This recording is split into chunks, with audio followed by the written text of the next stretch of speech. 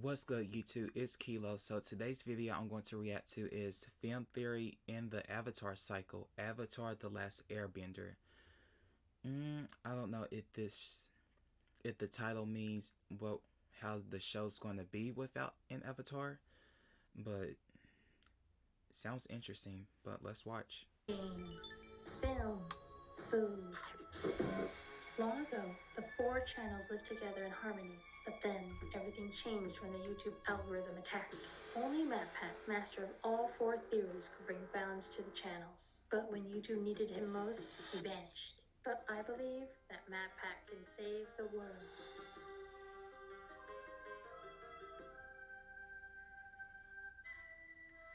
Hello, Internet! Welcome to Film Theory, the show that's here to reveal your secret power, subscription bending. Try it out. Click the button below the video to transform it. Now, I don't often call a lot of things perfect. Almost anything can be improved upon in one way or another, but up there with Chrono Trigger, The Lord of the Rings, and the sweet, delicious burn of Diet Coke is Avatar: The Last Airbender. If ever there was a perfect animated series, it might just be Avatar. In case you need a bit of a refresher, in the world of Avatar, people live in one of four nations. I love the series, by the way.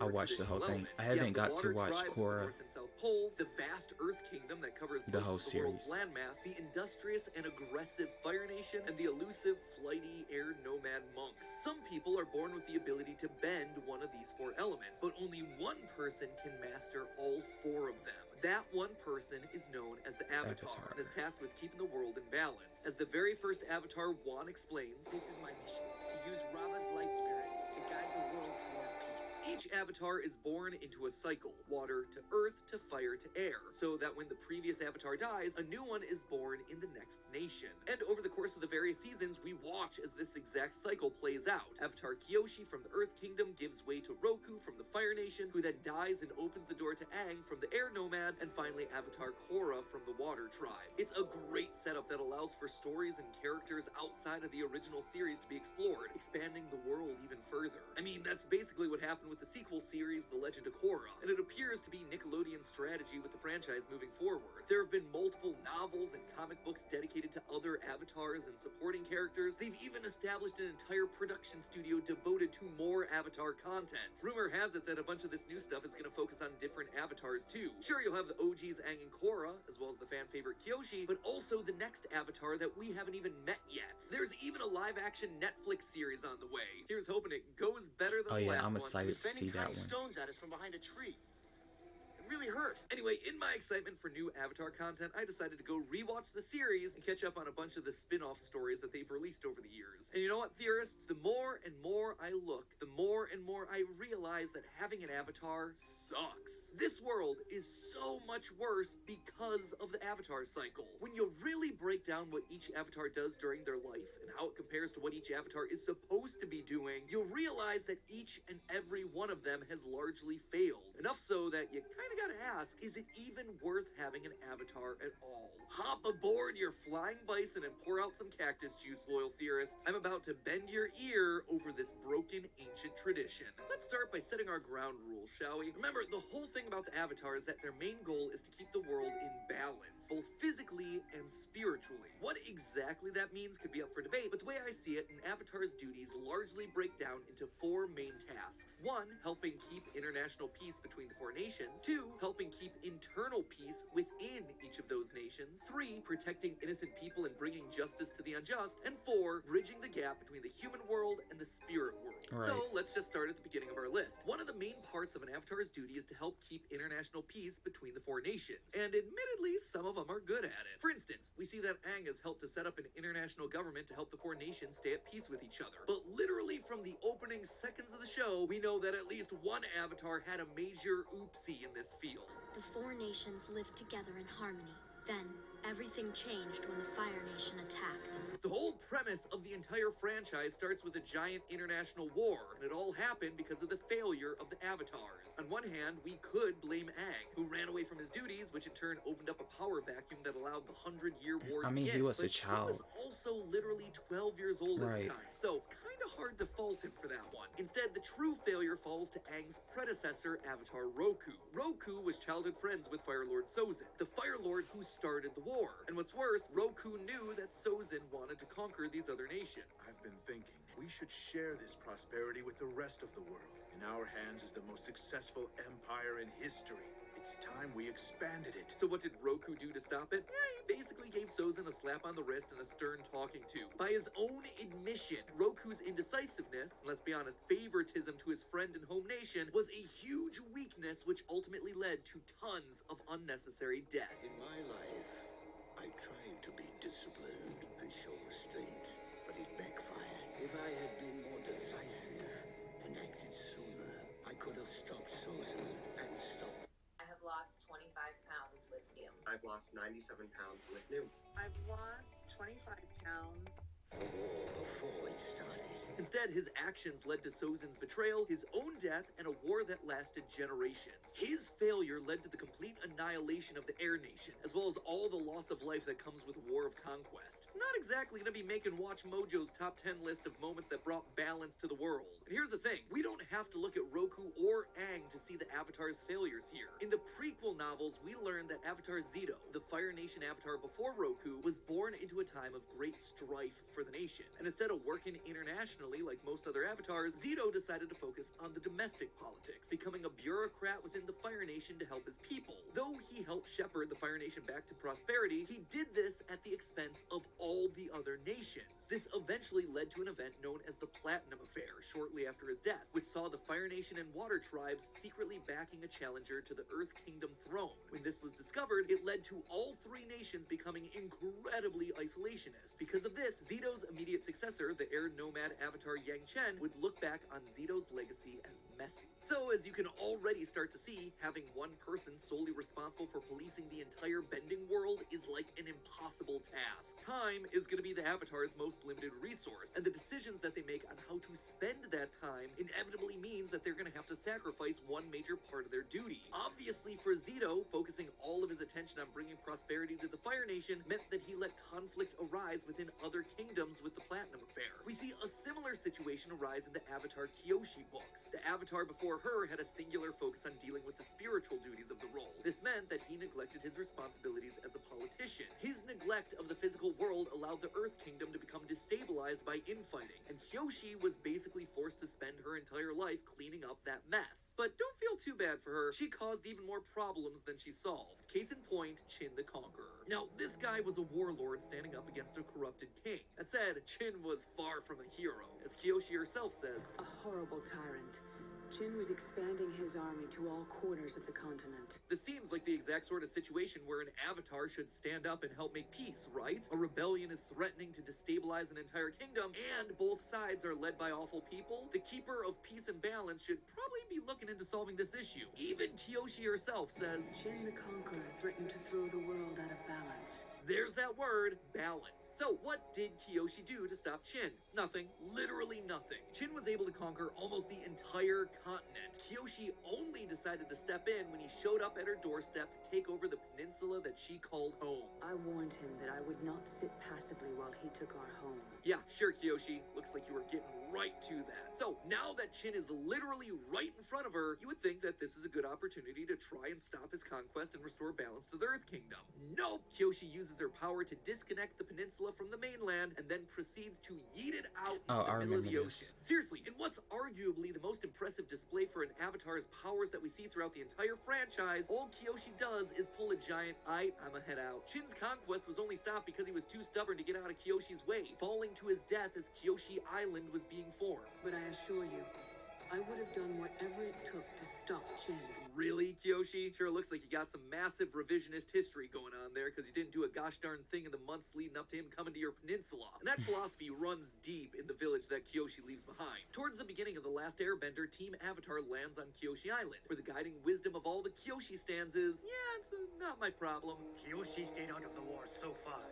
and we intend to keep it that way. Heck, even the Earth Kingdom capital's catchphrase, "There's no war in Ba Sing Se," follows the same attitude. Ignore the problem, deny, close your eyes, and it just goes away. Admittedly, things seem to go much better under Roku's tenure, and after Aang ends the 100-Year War, things again seem to go smoothly. But under Korra, there's civil conflict after civil conflict. She was Avatar during the Water Tribe Civil War. Under her watch, the Red Lotus assassinates the Earth Queen, and in the aftermath, Korra's inaction due to injury and PTSD lets Kuvira seize control of a great deal of the Earth Kingdom. Not a great track record in a long sequence of avatars dropping the ball. So now let's move on to our next criteria: protecting the innocent and bringing justice to the unjust. This one's a bit harder to judge because we don't see a lot of the day-to-day lives of each avatar. And while yeah, we do see some heroic moments like Aang fighting Yakone and Korra chasing down Bender criminals in the streets of Republic City, there's a rotten core here that starts to peek through the deeper we get into the franchise. Most of the Legend of Korra's plot revolves around the idea of justice and what it takes to defend everyone. Korra's first major adversary, Amon, is the leader of a group called the Equalists, who are all about leveling the playing field between benders and non-benders by taking away the ability to bend. Sound insane? It is, but the movement is shown to resonate. Now, I remember with this. a I lot just of haven't seen the whole Republic series City's of citizens. Korra. Life in the world of Avatar can be incredibly hard for non-benders, even in the new supposedly harmonious society that Aang created. If you're a bender, you have easy access to jobs. Power plants use firebenders to operate, trains are powered by earthbenders, and policemen are almost exclusively metal benders. Benders also have a much easier time committing acts of violence, as we're frequently shown groups of violent benders like the Triple Threat Triad, the Red Lotus, heck, even the Republic City Police, who treat the use of force like it's second nature. Non-benders are overlooked, they're ignored, they're frequently threatened. In one particular scene, Republic City's metal-bending police force hurt a group of non-benders like cattle, using force to break up a non-violent protest. These people are targeted because the police force has turned off the power to their homes, and they're peacefully resisting being profiled as members of Amon's uprising just because they aren't benders. A woman in the crowd makes a desperate plea for Korra's help, saying, Please help us. You're our avatar too. and Korra does help. Kinda. Unfortunately for the common people, Korra considers the issue resolved after she outs Amon as a bender and a fraud, effectively derailing a movement that began and grew thanks to a genuine concern from a huge portion of Republic City's non-bending population. So that one doesn't look all that great for Korra. But when you think about it, this is Aang's city. He created the system that Korra inherited. In fact, this goes well beyond just Korra and Aang. The imbalance between benders and non-benders is a failure of every avatar before them who popped up or exploited the same system. Which brings us back to Kyoshi, who honestly might have been the worst of the bunch. See, Kyoshi had herself a rough childhood. She was an orphan working as a servant until it was discovered that she was the Avatar. She later joined a criminal gang that was founded by her parents. And it's not like they suddenly stopped doing crimes after the Avatar joined. Nope, they decided to involve Kyoshi in the crimes. And that's not all. Kyoshi's youthful anger heavily informed her way of thinking. Even after learning that she was the Avatar, her thoughts were more centered on revenge than duty. The Rise of Kyoshi states that, quote, her hunger to learn all four elements had nothing to do with becoming a fully realized I Avatar. forgot, how Fire, do they even air, find and out water if were simply they more like the weapons she could bring Avatar? to bear And someone on single tells them? targets, end quote. And much later in her life, she was so unbothered by taking the life that she didn't see a difference between accidents and intentional killings. He didn't really kill Shin. Technically, he fell to his own doom because he was too stubborn to get out of the way. Personally, I don't really see the difference. As for protecting the innocent, here again we have some problems. In Shadow of Kyoshi, Kyoshi threatens to crush a mother and her adult son to death with a boulder while trying to squeeze a false confession out of them for something they didn't do. But her single worst decision is revealed in the canonical Flash game Escape from the Spirit World. It's here that Kyoshi confesses to Aang her biggest failure. See, one of the Earth Kings during Kyoshi's life was incredibly unpopular. His leadership was seen as ineffective and corrupt, and it eventually led to a peasant uprising against him. During the riots, the king ordered Kyoshi to put the uprising down, and to her credit, she refused. Instead, she encouraged the king to listen to the grievances of the people and find compromise. Seems pretty good so far, right? But here's the thing. Kyoshi admits that she didn't like the people standing up against the kingdom. In fact, throughout the whole story, Kyoshi seems less concerned about the human rights abuses committed by the king and more concerned that the peasants are destroying historical artifacts and upsetting the stability of the monarchy. So, in exchange for the king listening to his people and ending the riots, Kyoshi agrees to train an elite group of earthbenders for him. They would be, quote, silent, precise, and feared by all. It was a force that would eventually be known as the Dai Li. Oh, I remember those them. creepy shady secret police from the animated series, the ones with the rock gloves whose loyalty could be bought and sold and who sided with Azula and the Fire Nation during I'm not gonna lie, I like the Crossing, say they Earthbenders. were Kyoshi's idea. She even admits that she regrets not foreseeing the long-term consequences of giving future Earth Kingdom monarchs access to an elite secret police force. But here's the thing, that move didn't make sense even in her time period. Do you think strength is a gift? It's not.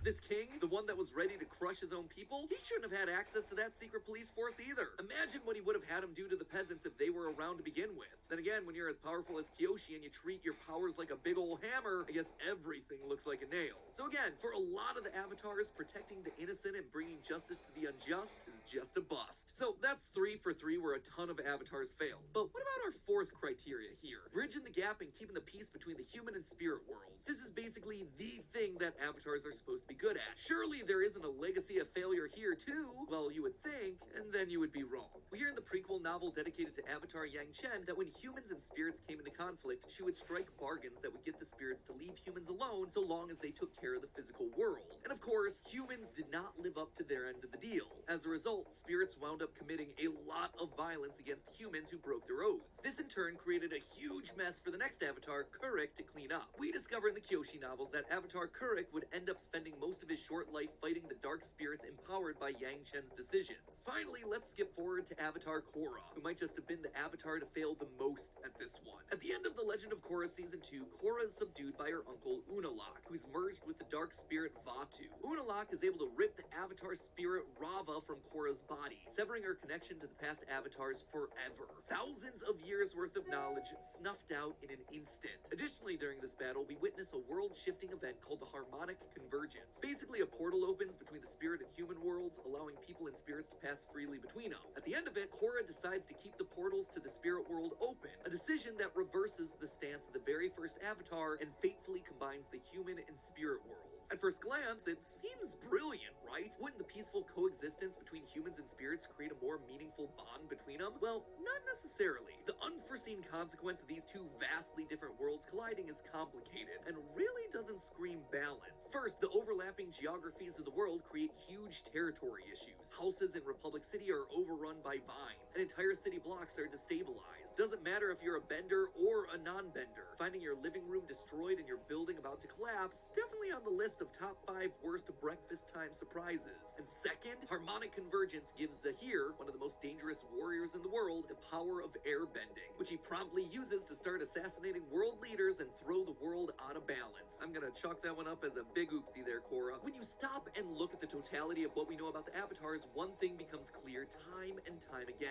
This is a vicious cycle. Every single one of these avatars dealt with difficult issues, but their solutions just wound up creating more problems for the immediate successor. Zito focused too much on his own country. Yang Chen has to deal with and break down isolationist policies. Yang Chen helps make peace between the 4 nations, but at the cost of angering the spirits. Well, Kuruk has to spend his life battling dark spirits and winds up neglecting the real world nations. Kuruk dies early in battle with spirits, leaving an unstable political situation. Kyoshi creates a secret police to try and paper over the problems of her country. Roku shows favoritism to his home nation. Aang has to deal with a century-long war and the death of his entire people. All of them ignore non-benders. Korra has to deal with the fallout and the equalists. The Avatar cycle is a cycle of violence. It is a broken system. And honestly, that makes perfect sense. Ask yourself, why does the Avatar have to have a monopoly on balance in this world? The very concept of the Avatar is imbalanced. At the end of the day, the Avatars possess the power of a god. Literally, a god of light. But they're still only humans. Aang was a 12-year-old kid faced with solving a 100-year-old war. Kyoshi was a poor orphan. Eventually, she's gonna defend her home so it wasn't ripped away again.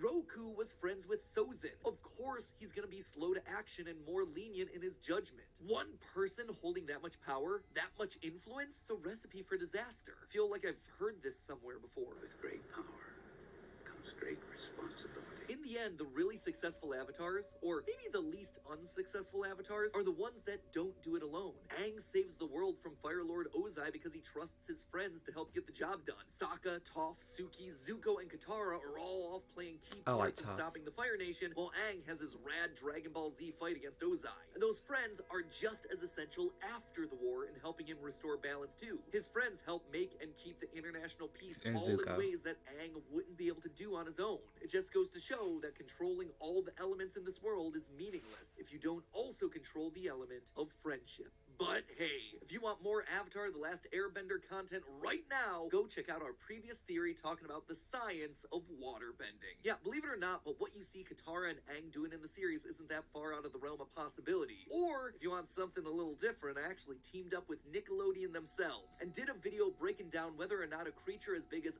Appa could actually fly. It's different, but it was a really fun collab with the people who made this show happen in the first place. As always, don't forget to subscribe with all that new Avatar. This was an interesting theory about the avatars, and when he mentioned the metal bending, I was trying to wondering, wasn't Toph was the one that invented metal bending during the first series of Avatar The Last Airbender during the war?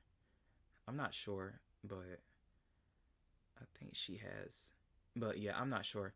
But yeah, this was a really good, interesting theory with the avatars. I just learned a bit of new informations with the different avatars that I haven't get to see in the books he was talking about. But yeah, if you have any more videos or any videos you want me to see, just request below, and make sure you comment, like, and subscribe, and thanks for watching.